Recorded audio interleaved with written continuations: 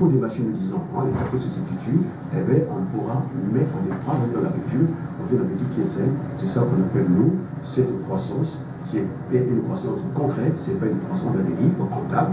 Et franchement, on vous annonce 9, 21, et on peut aller le très loin. Parce que notre plan de développement est bien articulé. Le secteur primaire, nous allons basculer en secteur secondaire. Vous savez que ce sont des secteurs secondaires. Alors, c'est créer en tout cas des emplois, des unités et des fabrications dans notre pays. C'est trop facile, je l'ai dit tout à l'heure, de décimer la forêt congolaise et sans vraiment traitement spécifique, sans valeur ajoutée, je vais dire. On envoie à l'extérieur, et qu'est-ce que nous gagnons en termes d'emploi? Zéro. C'est ça, cette croissance-là, et c'est une croissance des livres, ça. Ça n'a rien à voir avec le quotidien. Donc, c'est pas la machine à outils que nous voulons au Congo, mais les petites choses, nous pouvons les faire. Faire du jus de fruits, c'est pas extraordinaire. Vous avez une culture qui va servir de base pour faire tout cela. Alors, quel point donc, ce que je voulais dire, tout à l'heure, et qui va en complément avec ce que vous dites, c'est que justement, la production ouvrière existe, mais à un niveau relativement faible. Ce qu'il faut, justement, c'est qu'il faut qu'on aille vers une refonte de l'agriculture. C'est-à-dire qu'une nouvelle loi d'orientation doit avoir pour support l'agriculture, de façon qu'elle a donné un tonus à l'agriculture. Donner un tonus à l'agriculture, c'est quoi? C'est d'abord du soutien des prix à la production. Et puis d'autre part, désenclaver le pays. Parce que ce qui est sûr, c'est que il a fait 12 ans que le nouveau pouvoir est là, sans compter finalement donc les mandats précédents. Et si aujourd'hui on en est encore à désenclaver le circuit de distribution, hélas, on attendra un siècle. Et d'ailleurs, je vais dire, c'est une façon de conduire le débat dans notre pays, une façon de conduire le débat dans notre pays. Vous voyez qu'il y a le débat aujourd'hui au Congo. On prend la parole tout seul, on discute, on fait des monologues politiques, c'est-à-dire une discussion unilatérale. C'est pas pour discuter, il faut être à deux à plusieurs. Voilà, la discussion n'a pas lieu. Je pense que Ndikibula a été très net là-dessus. Il faudrait qu'il y ait le débat, que le Congolais puisse s'asseoir ensemble et discuter de l'avenir du pays. C'est ça qu'il s'agit. Mais pour discuter, nous devons être assis. Mais comme il n'y a pas moyen, alors là, je parie avec vous, vous êtes des gens de la communication, nous bénéficions de ce 21e siècle, un siècle et demi, où il y a des moyens de communication très puissants, et la discussion, elle a lieu grâce à vous, parmi les interposés, et qui va s'asseoir un jour. Alors, donc, vous avez reçu, donc on a pris un point au niveau de l'économie, au niveau de l'agricole. Quel est votre point de votre programme de société, projet de société que vous voulez mettre en avant aujourd'hui? Alors, ce que nous voulons mettre d'abord en avant, c'est le rôle de l'État, le rôle que va jouer l'État. Parce que je crois qu'aujourd'hui, le débat sur l'intervention de l'État, l'interventionnisme de l'État n'a plus cours. Parce que dans la mesure, c'est que, avec le développement des nations, des économies, on a vu que de plus en plus, nous sommes allés vers le développement de ce qu'on appelle les économies mixtes. C'est-à-dire que le débat entre le libéralisme et l'interventionnisme, ou tout simplement le marché et puis la planification, n'a plus cours dans la mesure où c'est que même dans les économies libérales, de plus en plus, l'État intervient dans le cadre de la planification éducative ou tout simplement par des mesures d'incitation.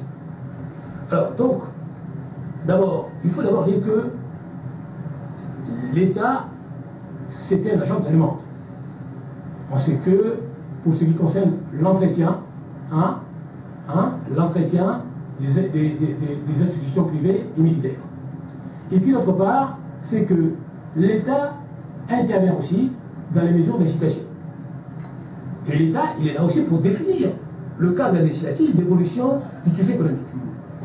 C'est-à-dire qu'il définit les normes juridiques dans lesquelles doit se trouver le code des entreprises. Mais le rôle de l'État ne doit pas seulement se cantonner là-dessus.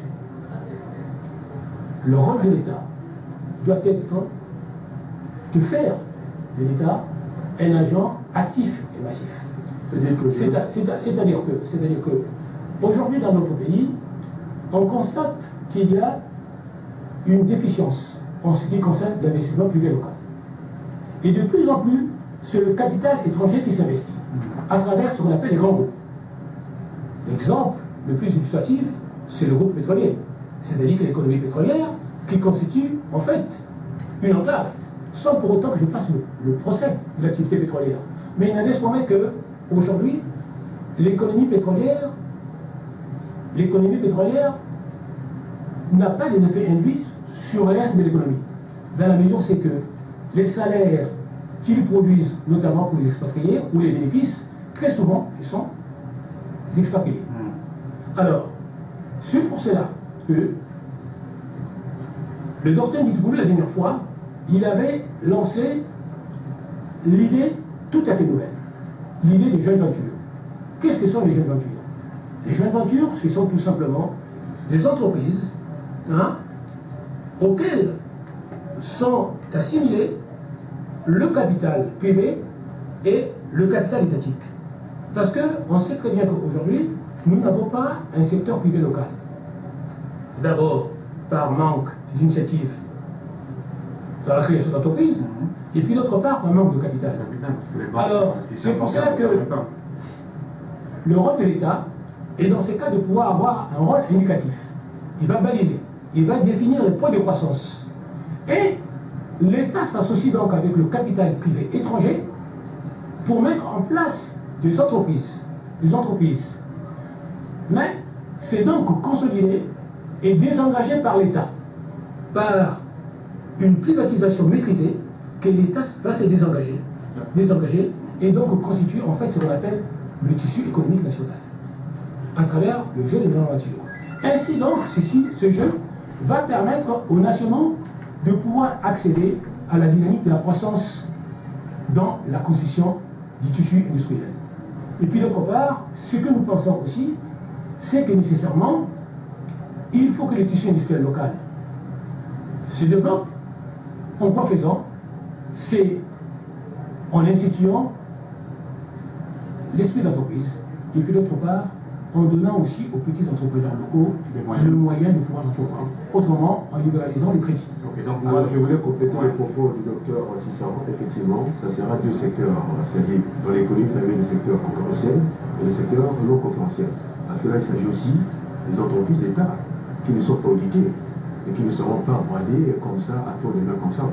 Je pense que vous avez à l'esprit cette expérience française de Alstom, l'entreprise qui a fait être vendue à 1 euro. Il est hors de question au Congo de brader les bijoux des familles, ce qu'on appelle les bijoux de la République. Ces entreprises doivent être auditées. Parce qu'à côté, vous avez ce qu'on appelle la main invisible, que nous allons proposer à ce qu'on appelle la main visible, le contrôle des éditions. Ça veut dire quoi par là?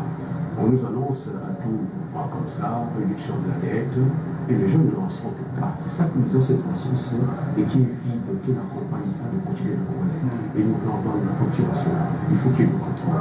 Donc, nous allons faire coexister toutes ces économies, du secteur public, du secteur économie mixte, privé. Et comme il disait par les aventures, il s'agit de croiser les capitaux. Nous ne sommes pas des nationalistes patentiers, nous essayons de défendre les intérêts du peuple congolais. Donc, pas des entreprises comme ça, et bien nous mettrons en tout cas de l'ordre dans les cas. Ok, donc pour toutes les personnes qui auront besoin de connaître les détails sur votre projet de société, j'espère qu'il y a les moyens de communication qui vous permettront de mettre ça à disposition de ces personnes-là. Aujourd'hui, vous vous situez dans le paysage politique congolais au niveau de l'opposition, si je ne me trompe pas. Quels sont vos rapports? Quels sont les rapports réels que vous avez avec le fond des partis de l'opposition congolaise? Vous savez que jusqu'à preuve du contraire, le parti du Congrès des peuples fait partie du front de l'opposition. La preuve est que nous avons un représentant qui est là-bas et qui nous représente. En la personne de Eugène Digamona. Donc, ça veut dire que nous sommes présents. Mais, sauf que... Vous ne montez pas trop au créneau. Sauf que le fonctionnement, justement, de cette opposition laisse à désirer. Dans la mesure où c'est que elle semble souffrir d'une certaine empathie par son fonctionnement. Et aujourd'hui, il me semble que les forces de l'opposition sont beaucoup plus écarlates qu'autre chose. Et puis, d'autre part, ce que je voulais dire, c'est que je crois que la dynamique de cette opposition, elle tient d'abord à l'esprit de corps. Cet esprit de corps ne s'est pas encore fait. Et puis d'autre part, aussi à l'existence des partis eux-mêmes. C'est-à-dire que il faut que les partis soient suffisamment forts pour eux-mêmes pour que les partis qui ont une certaine dynamique interne puissent justement impulser cette dynamique d'ensemble. Et c'est ce que tente de faire le Congrès des peuples. C'est pour ça que le Congrès des peuples s'organise. Aujourd'hui, à travers notamment les campagnes d'information, de mobilisation que nous avons menées à Brazzaville lors des présidentielles et qui portent encore leurs effets aujourd'hui, je crois que là-dessus, il y a ce qu'on appelle un effet multiplicateur.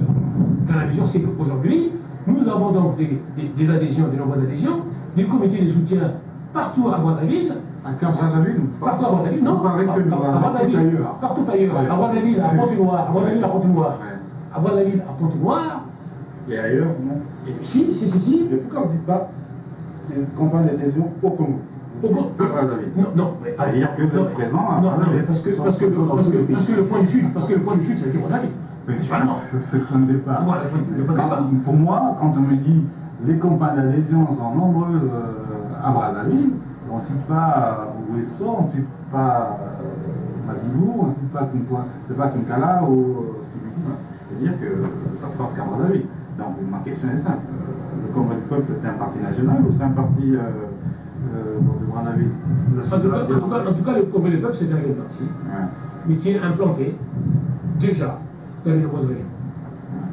Il est implanté dans le Pilou, il est implanté dans la région de Brazzaville, il est implanté dans la région du Poul, et il est implanté aussi dans le nord du pays. Ok, donc aujourd'hui, le Congrès du peuple... Certainement qu'il nous reste encore certaines conquêtes, parce que de toute façon, c'était sûr que la politique ne peut se faire qu'à la dimension des moyens, et c'est pour cela que nous nous attablons de façon telle que le parti, en tout cas, prenne de la hauteur.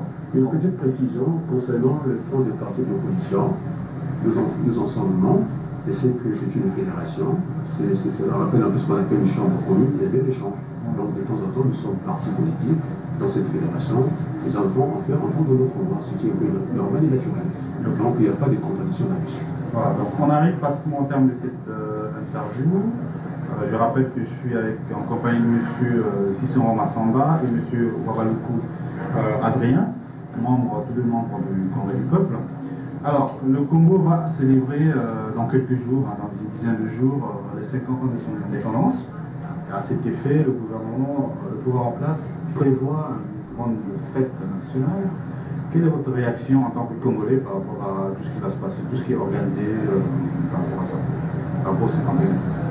Est-ce que le cœur est à la fête? Je ne pense pas. 50 ans, c'est quand même la moitié d'un siècle qu'on ne peut pas brader comme ça. Vous savez que toute la théorie du développement est basée sur l'accumulation du capital, c'est-à-dire cette avance au capital.